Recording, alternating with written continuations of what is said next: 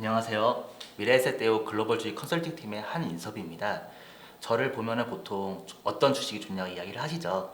보통 이 스마트폰을 보시면은 이 스마트폰과 관련된 주식들이 과거 10년도에는 핵심 주도주가 되었습니다. 하지만 코로나19가 지금 유행하게 되면서 새로운 방식이 바뀌고 있습니다.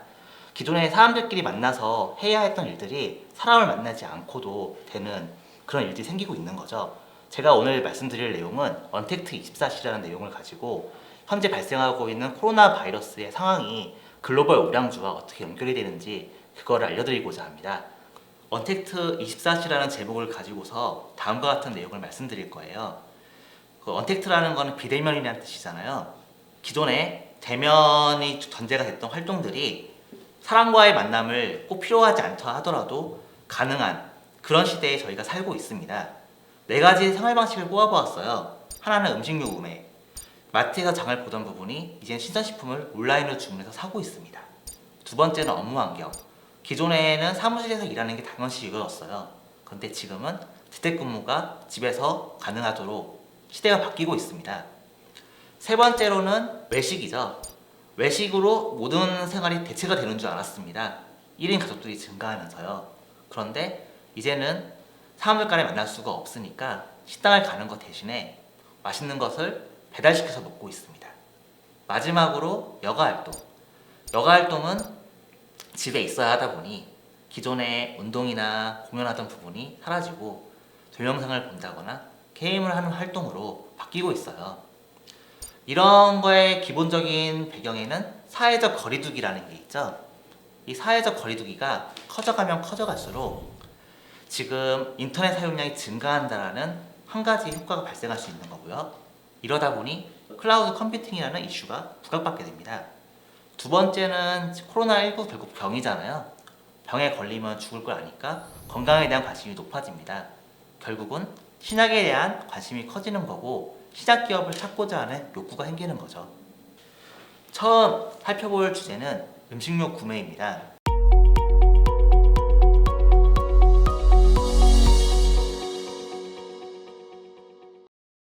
코로나19가 발발하게 되면서 명동이나 마트 풍경을 살펴보게 되면요, 사람이 사라지게 되었습니다. 그리고 확진자가 지나가게 되면은 방역을 하죠. 코로나19 영향이 커지다 보니까 사회적 거리두기가 확산이 되고 있고요. 그러다 보니 사람들이 모이는 걸 꺼리고 있습니다. 지금 여기서 우리가 살펴볼 부분은 사람들이 서로 거리를 두다 보니까 온라인이 지금 성장하고 있다는 것이 초점이 될 것 같아요. 한국의 3월 소매 판매 동향을 보시면은요, 카드 국내 승인액은 꾸준합니다. 신용카드를 꾸준히 쓰고 있다는 얘기죠. 그런데 백화점이나 할인점은 사람 모이는 곳을 기피하다 보니 소매 판매가 줄어들고 있고요. 이에 비해서 온라인 쪽은 소매 판매가 증가하고 있습니다. 지금 저희가 관심을 가져야 할 부분은 소매 충격보다는 채널 변화입니다. 온라인 성장에서 중심으로 자리 잡고 있는 음식료의 성장에 대해서 관심을 가지고 보셔야 합니다. 기존에 온라인 쇼핑을 한다고 하면은 핵심 카테고리가 되는 거는 가전이나 패션 이런 것들이었죠. 그런데 최근에는 식품과 서비스 비중이 올라오고 있습니다. 이 식품과 서비스의 비중을 올라가게 하고 있는 가장 큰 요소는 지금 이 새벽 배송이라고 불리고 있는 서비스가 활성화가 되고 있다는 거죠. 쿠팡 로켓프레시 들어보셨죠? 마켓컬리 들어보셨을 겁니다. 그리고 쓱배송도 들어보셨을 겁니다. 이런 새벽에 음식료를 갖다 주는 새벽 배송이 활성화가 되다 보니 새벽 배송 매출이 빠르게 증가하고 있어요. 2018년도에 4천억 원이었는데 2019년도에는 그 2배로 증가하였습니다. 결국은 소규모 배송이 활성화가 되다 보니 유통 채널의 변화에서 유통 전쟁이 시작이 됩니다. 결론은 온라인이 이기겠죠. 주요 유통업체 매출 동향 보시면요, 오프라인 업체들, 온라인 업체들이 계속 성장을 하다 보니까 사실상 매출 성장이 발생하지 않고 있습니다. 2019년도 기준으로 쿠팡은 6조 원의 매출을 달성했어요. 이거는 롯데마트와 동일한 수준이고 이마트의 절반 수준입니다. 기존의 이마트나 롯데마트처럼 전통적인 유통 채널을 가진 업체들은 성장이 정체가 되고 있습니다. 기존의 유통업체들이 가만히 있을 것은 아니죠. 온라인 쪽 사업을 강화하고 있습니다. 신세계와 이마트가 협업을 해서 쓱닷컴을 만들었고요. 롯데의 경우에도 온라인 쇼핑몰을 통합을 해서 롯데온이라는 플랫폼을 만들었습니다. 결론은 온라인은 이기지만 아직 한국에서는 온라인 기반 업체들이 이길지 오프라인 업체들이 이길지에 대해서는 결론이 안 난 상황입니다. 여기서 관심을 가져야 할 부분은 현재 유통전쟁이 진행이 되고 있는 한국을 보실 것이 아니라 이미 전자상거래 패권이 결정난 미국이나 중국의 전자상거래 업체를 살 수 있는 기회가 된다는 거죠. 글로벌 전자상거래 시장은 한국뿐만 아니라 글로벌 다 성장을 하고 있고요. 연간 15% 이상 성장할 걸로 보여지고 있습니다. 여기서 패권을 가진 게 미국의 아마존, 중국의 알리바바입니다. 아마존의 경우에는 미국의 전자상거래 시장의 절반을 점유를 했고요. 알리바바의 경우에는 중국 시장의 60%를 점유하였습니다. 이 두 개 기업들을 굳이 국내의 치열한 유통 전쟁 속에서 누가 살아남는지 배팅을 하는 것보다는 더 나은 선택으로 볼 수가 있는 거죠. 그래서 이 두 가지의 기업에 대해서 살펴볼 겁니다. 첫 번째는 아마존, 두 번째는 알리바바입니다. 처음 아마존부터 말씀을 드릴게요. 아마존은 모두가 아시는 전자상거래 클라우드 쪽의 글로벌 리더입니다. 여기서 포인트는 이런 단순히 리더로만 끝날 것이 아니라 아마존이 어떤 것을 통해서 성장하고 있는지가 포인트가 될 것 같아요. 여기 그림을 보시면은 사업부별 매출 증가율입니다. 리테일 사업은 전자상거래 기반으로 해서 연간 20%씩 성장을 하고 있는데 기존의 리테일 성장 이상으로 더해주고 있는 신사업들이 있습니다. 이게 외부자 판매, 서드파티라고 불리는 사업 하나, 그리고 아마존 프라임이라고 불리는 구독 서비스, 그리고 클라우드라고 불리는 AWS입니다. 이 세 개 사업이 아마존닷컴의 성장을 지금 견인하고 있습니다. 여기서 일일 배송 많이 들어보셨을 텐데요. 미국은 한국과 달리 땅이 큽니다. 이런 것을 1일 만에 모든 물품이 도달할 수 있게 아마존닷컴이 일을 하고 있습니다. 이러다 보니 단순히 아마존이 직접 사서 판매하는 것뿐만 아니라 이 아마존닷컴에 직접 입점을 해서 팔려고 하는 제3자 판매가 활성화가 되고 있고요. 아마존은 이런 업체들에게 풀필먼트, 즉 물품을 포장하고 보관하고 배송하는 서비스를 통해서 추가적인 이익을 얻고 있습니다. 또한 구독 서비스인 프라임에 가입을 하게 되면은 일일 배송 서비스를 받을 수가 있는데요. 이렇게 하면서 충성도를 가진 유료 회원수를 늘리고 있습니다. 덧붙여서 아마존의 경우에도 식료품 배달을 새로운 사업으로 내세우고 있고요. 이 아마존 프레시의 배송 지역이 확대가 되면서 아마존에 대한 충성 고객은 점차 증가할 겁니다. 또한 신사업인 클라우드의 경우에도 여전히 글로벌 시장의 3분의 1을 차지하고 있는 입지를 가진 클라우드 기업이고요. 다음 성장 동력으로 헬스케어 사업, 이것도 수행하고 있습니다. 2018년도에 온라인 약국을 인수하였고요. 지금 아마존 프라임 회원한테 의약품 배송 사업을 시작하고 있기 때문에 전자상거래 산업의 리더일 뿐만 아니라 새로운 사업 영역을 꾸준히 찾고 있는 거에 대해서 긍정적인 포인트를 찾으시면 될 것 같습니다. 다음은 알리바바입니다. 최근에 말이 많죠. 소프트뱅크가 알리바바의 최대 주주인데 지분을 청산하고 나가겠다고 합니다. 그런데 중국의 60%의 전자상거래 시장을 가지고 있는 알리바바는 이제는 전자상거래 시장 장악이 끝났기 때문에 오프라인으로 지출하고 있는 신유통 전략을 추진하고 있습니다. 꾸준히 알리바바의 커머스 매출액은 증가하고 있습니다. 소프트뱅크가 지분을 팔고 나간다고 하는 이 매각 이슈는 어떻게 보면은 중국의 전자상거래 시장 성장을 베팅할 수 있는 알리바바를 할 수 있는 좋은 기회라고 보여집니다. 알리바바가 지금 추구하고 있는 전략은 신유통 전략, 성장을 위해서는 오프라인 진출을 하기 때문에 결국은 오프라인 배송을 할 수가 있는 매장을 늘려야 합니다. 이걸 위한 슈퍼마켓인 티몰 슈퍼마켓과 식료품점인 허마를 지금 만들어서 음식료품 인프라를 구축한 상황입니다. 또한 성장폭이 낮은 3, 4선 도시에도 거점을 만드는 것을 통해서 전자상거래를 활성화시키고 있습니다. 이런 알리바바의 강력한 전자상거래 점유력은 아마존을 중국 시장에서 철수시키는 결과를 만들었습니다. 알리바바의 성장 포인트 다른 걸 하나 더 볼 것은 클라우드 부문입니다. 중국 1위의 클라우드 업체인데요. 중국 1위인 것만 하더라도 글로벌 4위입니다. 현재는 클라우드 사업이 이익을 내고 있지 않습니다만 이것이 흑자로 전환된다고 하면은 아마존과 같이 신성장에 대한 부가적인 가치가 붙을 걸로 보여집니다. 다음은 재택근무로 대표되는 업무 환경의 변화에 대해서 알아보겠습니다.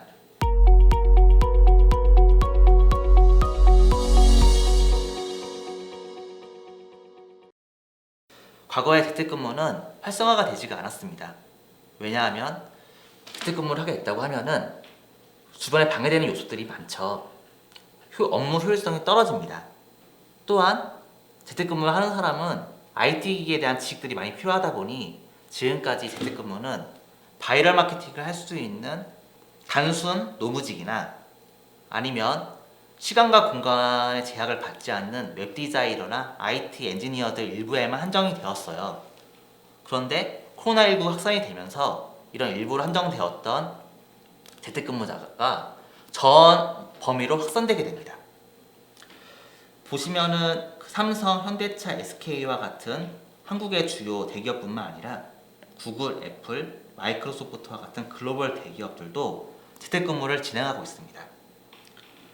그런데 재택근무는 이메일과 메신저만 있다고 할 수 있는 것이 아닙니다. 추가적인 도구들이 필요하죠. 재택근무를 할 때 단순히 우리는 PC와 메신저만 있으면 된다고 생각을 합니다. 하지만 원격 접속 솔루션, 문서 보안, 클라우드 보안 등등의 다양한 소프트웨어가 필요합니다. 왜냐하면 회사의 기밀 정보 유출을 방지해야 하니 보안도 필요하고요. 그 다음에 회방을 놓는 요소들을 물리치고 업무 성과를 달성해야 하다 보니 프로젝트 관리 도구도 필요하고요. 얼굴을 보고 대화할 수가 없으니 커뮤니케이션 도구도 필요합니다. 이 중에서 가장 큰 비중을 차지하는 건 보안입니다. 회사의 기밀 정보가 빠져나가는 걸 원하는 회사는 없겠죠. 포인트는 올인원 솔루션, 즉 한 번에 모든 것을 제공받고 싶어하는 회사들의 수요가 증가하고 있고 이거에 맞춰줄 수 있는 대기업들의 영역이 커지고 있다는 겁니다. 보안 영역을 보시면은 6가지로 나누어지는데요. 고객이 되는 회사들은 각 영역마다 각자 보안 솔루션을 갖추기보다는 한 회사에게 일괄적으로 받고 싶어하는 욕구가 존재합니다. 이러다 보니 대기업 위주로 보안 시장이 재편되고 있습니다. 또한 재택근무는 집에서 일을 하죠. 그러다 보니 보이지가 않습니다. 오직 업무 성과로만 평가가 가능합니다. 그렇기 때문에 단순히 우리가 탁상 위에 올려놓는 캘린더로는 한계가 있습니다. 그래서 프로젝트 관리 도구라는 걸 도입해서 하고 있고요. 또한 얼굴이 보이지 않기 때문에 얼굴 표정만 보면 알 수 있는 그런 분위기를 몇 번이나 전화나 글로 해결을 해야 합니다. 또한 회사의 조직도 문제, 또 기밀 정보를 다루는 문제에 있어서 기존의 카카오톡으로 이야기하기에는 취약하죠. 그러다 보니 협업 메신저와 화상회의 시스템을 도입해서 쓰고 있습니다. 재택근무 관련해서 주요 기업들 보시면은 시스코나 마이크로소프트와 같은 대기업들이 눈에 많이 들어오고요. 화상회의 솔루션에 대해서는 과거와 다르게 다자와 동시에 회의를 할 수 있는 그런 솔루션이 보급이 되어서 쓰이고 있습니다. 이 부분에서 보실 기업은 마이크로소프트와 시스코입니다. 마이크로소프트, 친숙하시죠? 글로벌 1위의 소프트웨어 기업입니다. 윈도우즈와 오피스 다 들어보셨을 겁니다. 글로벌 기업들은 윈도우와 오피스로 대표되는 이 회사의 소프트웨어를 쓰고 있죠. 여기에 새로운 애저라는 것이 붙었습니다. 이 회사의 클라우드 브랜드인데요. 이 애저라는 사업은 연간 60% 정도의 빠른 성장을 보이고 있어요. 클라우드 산업이 성장하고 있는 거에다가 넓은 고객 기반들을 가지고 있기 때문에 효과적인 포지셔닝으로 이 마이크로소프트의 신성장 동력으로 작동되고 있습니다. 거기에 2020년도에는 윈도우즈 7 교체 수요와 클라우드용 오피스 소프트웨어인 오피스 365가 성장하고 있기 때문에 이 회사의 성장 동력은 명확해 보입니다.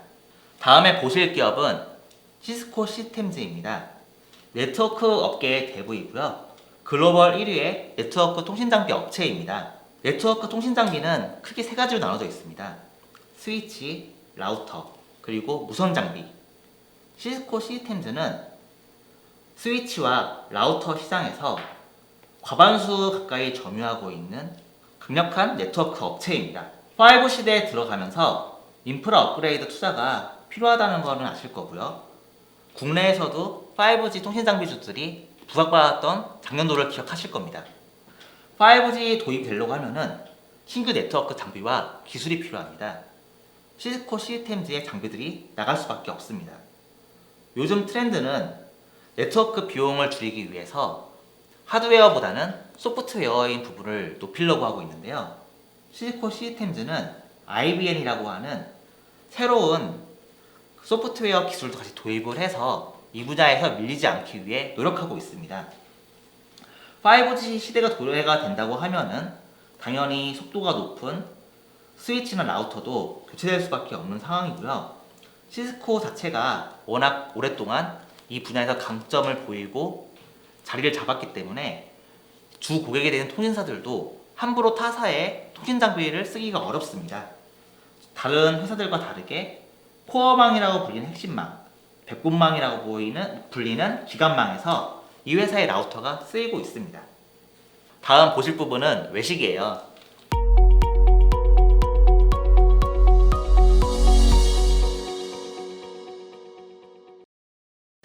코로나19가 확산되다 보니까 아무도 외식을 함부로 하자고 이야기를 못하죠. 코로나19가 발병되기 전까지는 집밥의 종말이라고 이야기를 할 정도로 외식 비중이 높았습니다. 기사 보시면은 달라지는 식문화, 집밥 대신 외식이나 배달을 선호한다. 이런 부분이 코로나가 발병이 되면서 완전히 바뀌게 되었어요. 코로나19 사태 이후에 3월 중순까지 식당들은 평균적으로 고객이 3분의 2 가까이가 줄어들었습니다. 거기다가 사회적 거리두기가 공감대를 얻으면서 점점 외식 기피가 심화되고 있어요. 보시면은 그 식당에 가면은 칸막이를 설치한다거나 아니면 마주보고 밥을 먹는 경우가 없어지고 있는데요. 그렇다고 해서 이것이 모든 식당에 일반적으로 적용될 수가 없겠죠. 사람들은 식당을 안 가게 됩니다. 코로나19가 발병되기 전에도 한국의 외식업은 영세했죠. 이런 영세한 부분을 치고 들어온 것이 음식 배송 산업입니다. 차별화가 어렵고 영세하기 때문에 O2O라고 불리는 이런 배달 플랫폼들이 쉽게 들어오게 되었고요. 그 배달의 민족 들어보셨죠? 앱을 켜시면은 메뉴가 나오고 배달팁 2,000원 내면서도 배달을 시킵니다. 이런 배달의 민족 뿐만 아니라 요기요도 들어보셨을 거고요. 배달통도 들어보셨을 텐데 이게 한국에서 쓰이고 있는 배달 플랫폼들이에요. 이 세 가지를 모두 장악하고 있는 것이 독일 기업인 딜리버리 히어로입니다. 한국 배달 시장의 100%를 장악한 상황이고요. 그 배달의 민족으로 대표되는 우아한 형제들의 실적을 보시면은 매출에 꾸준히 증가하고 있고 마음만 먹으면은 이익도 흑자로 돌릴 수가 있습니다. 그럼 딜리버리 히어로에 대해서 한번 알아보도록 하죠. 이 회사는 음식 배달 플랫폼 업체입니다. 지금 44개 국가에 진출하고 있고요. 28개의 브랜드를 운영하고 있는데요. 이런 음식 배달 플랫폼만 운영하고 있는 것만 하더라도 시가총액 자체가 카카오나 현대모비스를 능가합니다. 이 회사는 전략을 이렇게 짜고 있죠. 신흥국 중심으로 고성장하고 있는데 신흥시장을 진출할 때 자기의 이름을 진출하지 않고요. 배달의 민족과 같이 해당 시장에서 유망한 브랜드를 인수를 하는 전략을 펼칩니다. 그렇기 때문에 쉽게 녹아들 수가 있고요. 이런 쉽게 들어갈 수 있는 로컬 브랜드 전략은 다른 그로퍼브나 저스트잇이나 메이투안과 같은 다른 글로벌 음식 배달 플랫폼과 비교를 했을 때 2배 이상의 매출 성장을 보여주고 있어요. 지금 이 회사는 중동 시장도 선점을 했고요. 동남아시아 시장도 여러 개 국가에서 1위 사업을 유지하고 있습니다. 여기에 핵심적인 전략은 기존에 포화된 선진국 시장을 탈출하고 신흥국 시장으로 들어오는 전략을 펼치고 있고요. 시장이 포화된 영국이나 이 회사에 못해갔던 독일의 경우에는 경쟁 업체한테 자기의 음식 배달 사업 지분을 다 팔고 나오고 있고요. 이에 비해서 중동이나 아니면은 2020년도에 한국의 배달의 민족을 인수한 것과 같이 신흥시장으로는 들어오고 있기 때문에 지역별 총 판매량 추이를 보시면은 꾸준히 빠른 속도로 성장하고 있는 걸 볼 수가 있습니다. 그리고 비중이 높은 거는 그 중동 지방이나 아시아 지역이죠. 이렇게 선택과 집중 전략을 통했음에도 불구하고 글로벌 제휴 레스토랑 수는 우버이츠와 비슷한 수준입니다. 다음 기업은 우버입니다. 공유경제의 대표 기업이죠. 미국 1위의 라이드 쉐어링, 탈 것을 공유하는 플랫폼 업체입니다. 단순히 미국 1위의 라이드 쉐어링 업체일 뿐만 아니라 중동과 인도 지역에서도 과반수 이상의 점유율을 가지고 있습니다. 그리고 사업을 철수한 중국이나 동남아나 러시아에서도 이 지역에서 주도권을 가진 기업들의 지분을 인수해서 가지고 있어요. 이 회사의 문제는 성장이 자체가 문제가 아닙니다. 이 회사가 진짜 워낙 크기 때문에 수익성 관리를 해야 한다는 건데요. 최근에 확장하는 목표를 중심으로 해서 수익성 개선 전략을 이야기를 하고 있습니다. 이 기업의 매출 비중을 보시면은 라이드 쉐어링이 75%고 새로운 성장 동력으로 내세운 음식 배달이 17%인데 음식 배달에서 생긴 적자가 라이드 쉐어링에서 생긴 흑자를 다 깎아먹고 있습니다. 즉 주주들은 수익성 개선을 요구하고 있는데 이거에 대해서 다행히도 구조조정을 시작을 했고요. 라이드 사업 관련해서는 지금 미국 시장 내에서 리프트와 경쟁 완화가 되는 상황이기 때문에 최근에 이슈가 됐던 기사 정규직화 우려는 좀 과도한 측면이 있다고 보고 있고요. 그리고 이츠 사업의 경우에는 인도 사업이나 한국 사업과 같이 경쟁이 치열한 부분은 중단하고 나가고 있습니다. 코로나19가 확산되면 따라서 사람들이 대외 활동을 하질 않죠. 그러다 보니 단기적으로는 차량 공유 플랫폼을 쓰지 않을 겁니다. 하지만 코로나19가 확산이 되면서 사람들이 대중교통을 기피하는 부분, 그리고 구태여 차를 안 사려는 부분이 같이 결합이 되면서 차량 공유 업체의 플랫폼 사용은 향후 점차적으로 증가할 겁니다. 또한 외부 활동을 안 하다 보니 우버이츠 사용량도 증가하죠. 즉 코로나19 이후를 보신다고 하면은 지금 공유경제 기업들에 대해서도 관심을 가져볼 필요가 있습니다. 다음 보실 부분은 여가생활이에요.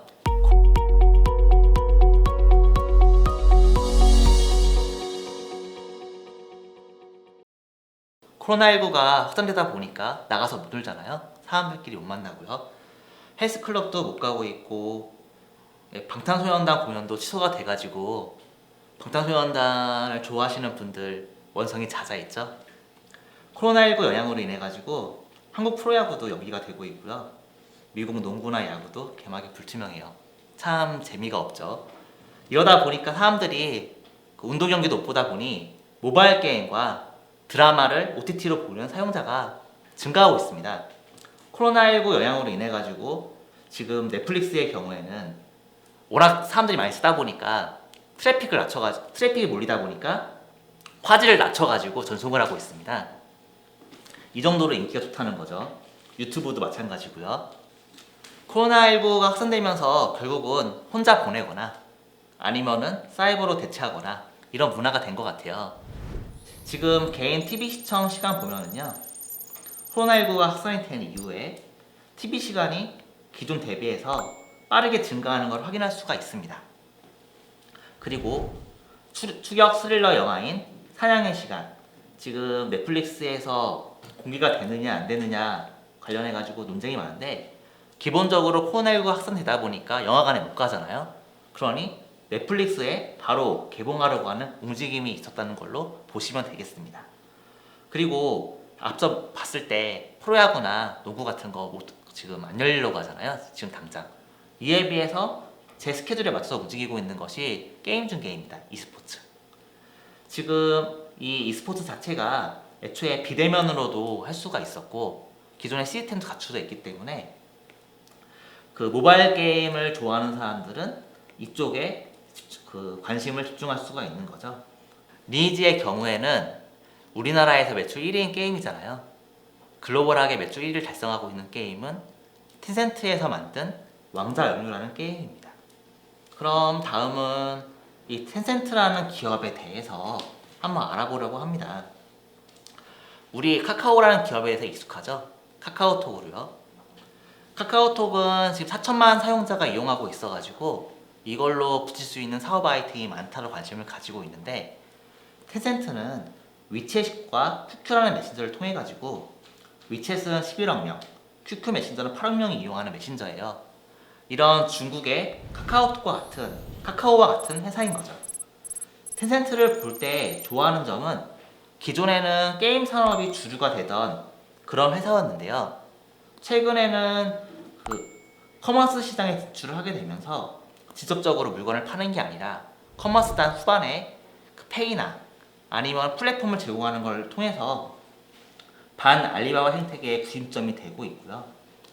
이러다 보니 신규 산업인 핀테크나 아니면은 클라우드와 같은 산업들이 매출 비중이 꾸준히 올라오면서 기존의 게임 일변도인 회사였던 것이 지금은 핀테크와 광고와 게임과 SNS 사업이 다 고루 균형을 갖춘 회사로 바뀌었습니다. 코로나19는 이 회사에게 기회가 되었습니다. 기존에는 텐센트가 중국에서 모바일 게임을 통제한다는 부분 때문에 사람들이 향후에 실적 가시성이 떨어진다는 우려가 많았었는데요. 코로나19가 확산되면서 중국에서는 저희가 알다시피 강력한 지속 봉쇄를 했죠. 그러다 보니 원격 근무나 원격 진료나 온라인 교육이 활성화가 됩니다. 여기에 대한 플랫폼을 텐센트가 만들어서 제공을 하고 있고요. 덧붙여서 동사의 캐시카우인 게임 산업도 매우 좋습니다. 화평동영이라고 불리는 중국판 배틀그라운드 모바일과 왕자영유라고 불리는 모바일판 리그 오브 레전드 매출이 1, 2위를 달성하고 있을 정도로 꾸준합니다. 또한 중국뿐만 아니라 슈퍼셀이라는 글로벌 게임 회사를 인수하면서 클래시 오브 클랜, 클래시 로얄, 브롤스타스와 같은 새로운 게임들도 편입을 해가지고 글로벌 시장에 나가고 있어요. 다음은 넷플릭스입니다. 넷플릭스 작년에 걱정 많으셨죠? 디즈니가 이 OTT 시장 들어온다는 것 때문에 걱정이 많으셨는데요. 현재도 매출 비중은 북미 지역이 절반. 하지만 다른 지역으로도 매출 비중이 꾸준히 성장하고 있습니다. 넷플릭스를 보실 때 포인트는 미국의 지역으로도 유료 가입자가 계속 성장하고 있는 글로벌 OTT라는 거고요. 워낙 넷플릭스가 잘 나가다 보니까 기존의 글로벌 3대 미디어 그룹인 디즈니나 워너나 컴캐스트가 넷플릭스의 목을 빼앗기 위해서 지금 OTT 시장에 들어온 거죠. 이 회사는 글로벌 인터넷 사용량, 트래픽이라고 하죠. 이거의 최생산자입니다. 글로벌 인터넷 사용량의 15%를 차지하고 있는 기업인데요. 앞서서 코로나19 사태가 확산이 되다 보니까 넷플릭스가 영상의 품질을 낮춰가지고 송출하고 있다는 이야기를 드렸습니다. 이거는 뒤집어서 이야기를 하면요, 넷플릭스를 구독하고자 하는 사람들이 증가했다는 걸 의미합니다. 여기서 저희가 넷플릭스에 관심을 가질 때 지금 디즈니나 워너나 이런 경쟁자가 들어오는 걸 보시기보다는 이 회사의 본질적인 경쟁력을 보셔야 한다고 봐요. 그거는 오리지널 컨텐츠에 있습니다. 넷플릭스가 영향력이 높아지다 보니 글로벌 3대 미디어 그룹들은 넷플릭스에 콘텐츠를 제공하지 않는다고 이야기를 했습니다. 하지만 넷플릭스는 오리지널 콘텐츠라고 불리는 자기들이 직접 돈을 부어서 만드는 콘텐츠를 늘리고 있고요. 하우스 오브 카드, 마르코 폴로, 나르코스, 미국 드라마에 관심 있으신 분들은 한 번쯤은 들어보셨을 겁니다. 2019년도에도 보면은 넷플릭스는 드라마 66편, 시트콤 27편, 그리고 영화의 경우에도 넷플릭스를 통해서 개봉하는 걸로 인해 가지고 상당한 성과를 내었기 때문에 넷플릭스를 단순히 경쟁자가 들어오기 때문에 시장을 빼앗기는 그런 시선보다는 넷플릭스의 오리지널 콘텐츠를 보기 위해서 시청자들이 들어오고 있는 고유의 경쟁력이 있다고 보시는 것이 좋을 것 같아요. 맨 처음에 사회적 거리두기를 하다 보니 결과적으로는 인터넷 사용량이 증가하게 되고 결국은 클라우드 컴퓨팅의 수요가 증가한다고 말씀을 드린 바가 있어요.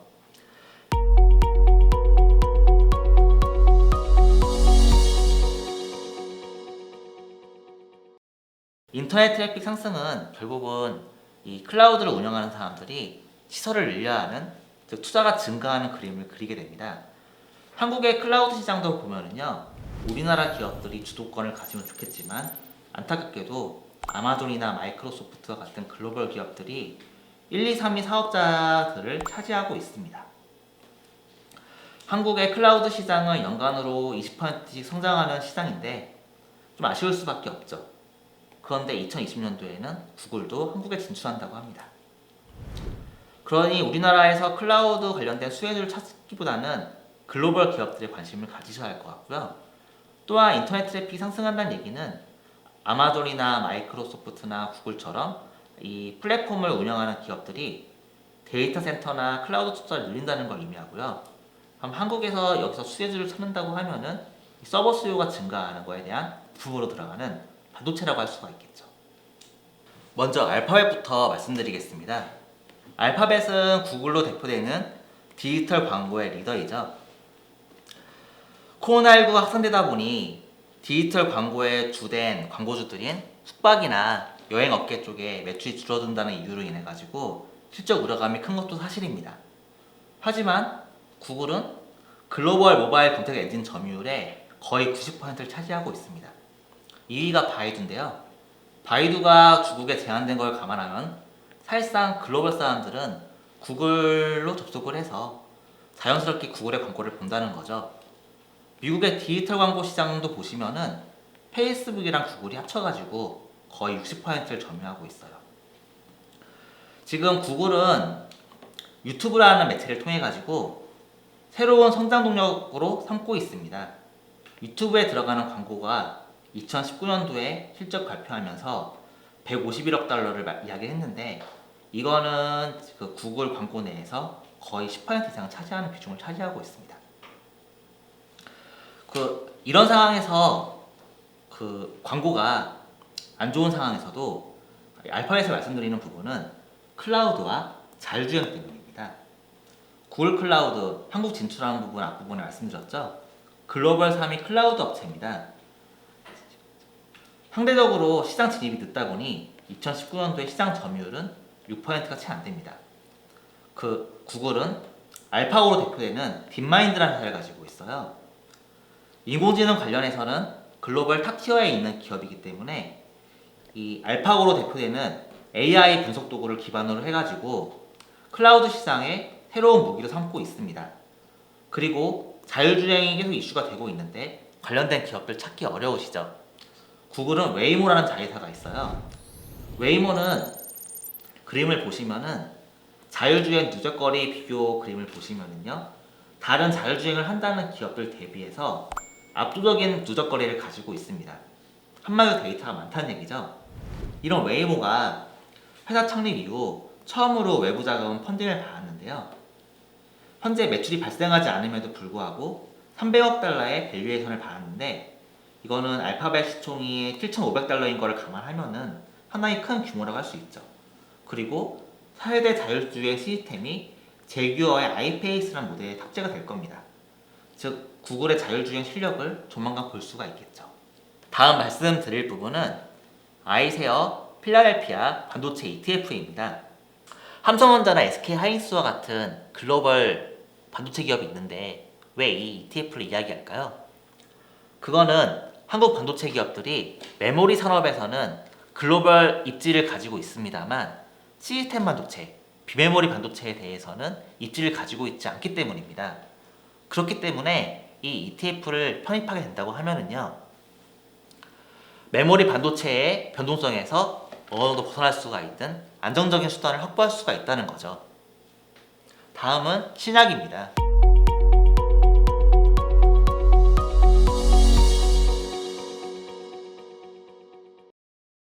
코로나 바이러스 지금 이렇게 이슈가 되는 이유는 치료제가 없기 때문이죠. 결국은 건강입니다. 언제 코로나 확진자 수가 피크를 달성하고 줄어들지는 모릅니다만 사람들은 이 확진자 수가 줄어드는 것과 더불어서 치료제가 언제 나오냐 그거에 대한 관심을 가지고 지켜보고 있어요. 미국 민주당 대선 후보로 바이든 씨가 유력한 상황인데요. 이러다 보니 샌더스 씨가 주장했던 미국 약가 인하의 극단적 정책, 기존의 민영 의료보험을 다 없애버리고 국가 의료보험을 하겠다라는 그런 우려가 가라앉으면서 미국의 헬스케어 산업 전체가 지금 부각받고 있습니다. 다만 코로나19 신약이 성공할지 실패할지 언제 나올지는 아직 몰라요. 그러다 보니 현재 헬스케어에 몰린 이슈를 보실 때 신약 가치에 너무 집중하기보다는 기존의 글로벌 유망한 헬스케어 기업들을 살펴보는 기회로 활용하시는 편이 좋을 것 같습니다. 대표적으로 이 칼레트라라고 불리는 코로나19 치료제는요, 초창기에는 코로나19의 가장 빠른 치료제로 주목을 받았었는데 임상 결과가 나오다 보니 유의미한 결과가 나오지 않는다라는 이유로 인해 가지고 최근에는 언론상에서 보이지가 않고 있습니다. 기존의 사람들은 렘데시비르라고 불리는 미국의 길리어드 사이언스사에 신약을 관심을 가지고 있습니다만 이번 기회에 이런 단기적인 이슈보다는 중장기적으로 성장하는 헬스케어 기업들을 보시는 것을 권합니다. 그래서 우선적으로 말씀드릴 부분은 미국의 헬스케어 업종 ETF입니다. XLB라고 불리는데요. 기본적으로 건강관리 섹터는 글로벌 고령화 사회에 맞춘 성장주의자 사람들이 약을 안 먹고 살 수는 없기 때문에 경기 방어적인 성격을 가지고 있습니다. 거기에 글로벌 의료비용 폭증하고 있죠. 여기에 앞서 말씀드린 민주당에서 바이든 씨가 유력 대선 후보로 올라온 상황이기 때문에 정책에 대한 우려감도 줄어든 상황입니다. 그리고 배당 수익률도 2% 정도 됩니다. 그렇기 때문에 지금 글로벌 헬스케어 산업을 추종하기에는 해당 ETF를 따라가는 것이 현명하다고 보여집니다. 다음은 머크입니다. 이 회사의 포인트는 면역 관문 억제제라고 불리는 키트루다라는 신약입니다. 이 의약품은 이 회사의 매출의 4분의 1을 차지하고 있습니다. 항암제 시장은 글로벌하게도 빠르게 성장하고 있는 분야입니다. 연간 12% 정도 성장을 하고 있고요. 현재 글로벌 시장 내에서 항암 치료제가 차지하는 비중은 2020년도가 되면은 5분의 1까지 올라올 겁니다. 이 중에서도 키트루다가 관심을 받는 이유는요, 단순히 이 단독요법에서만 효능을 가지고 있는 것이 아니라 더 효과를 높이기 위해서 다른 약과 같이 임상을 하는 병용 임상도 꾸준히 추진하고 있기 때문입니다. 병용 임상에서 결과가 좋다고 하면은요, 그럼 더 꾸준히 사용량이 증가할 수가 있겠죠. 다음 기업은 메드트로닉입니다. 코로나19 확산되면서 지금 중증 환자들 산소호흡기 필요하다는 이야기 많이 들어보셨죠? 메드트로닉이 산소호흡기를 만드는 의료장비 기업입니다. 글로벌 의료기기의 리더라고 볼 수가 있고요. 지금 이 회사의 주된 포인트는 심장 혈관과 최소 침습, 즉 최소한의 부위만 잘라서 수술할 수 있는 그런 치료 분야에서 선도를 보이고 있다는 겁니다. 심장과 혈관 질환 관련해서는 지금 65세 이상 인구의 사망원이 1위고요.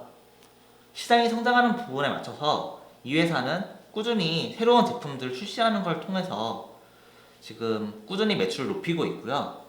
덧붙여 인투이티브 서지컬의 다빈치 로봇 들어보셨을 겁니다. 이 회사도 수술용 로봇 장비에 진출해가지고요, 2021년도에 수술용 로봇 시스템을 내놓을 계획입니다. 즉 신제품 출시 효과 그리고 새로운 지역으로 진출하는 부분까지 더해져서 꾸준한 매출 성장이 전망됩니다. 여기까지 언택트와 관련된 이슈와 글로벌 주요 기업들을 살펴보았습니다. 코로나 바이러스가 한국에서 먼저 빠르게 퍼지면서 많은 생활상의 변화를 경험하셨을 거예요. 그 변화는 단순히 파괴로만 끝난 것이 아니라 새로운 산업들이 등장하는 기회가 되었습니다. 이 자료에 설명드린 글로벌 IT 기업들과 신약 기업들도 수혜로 작용됩니다. 지금까지 긴 시간 들어주셔서 감사합니다. 이만 마치겠습니다.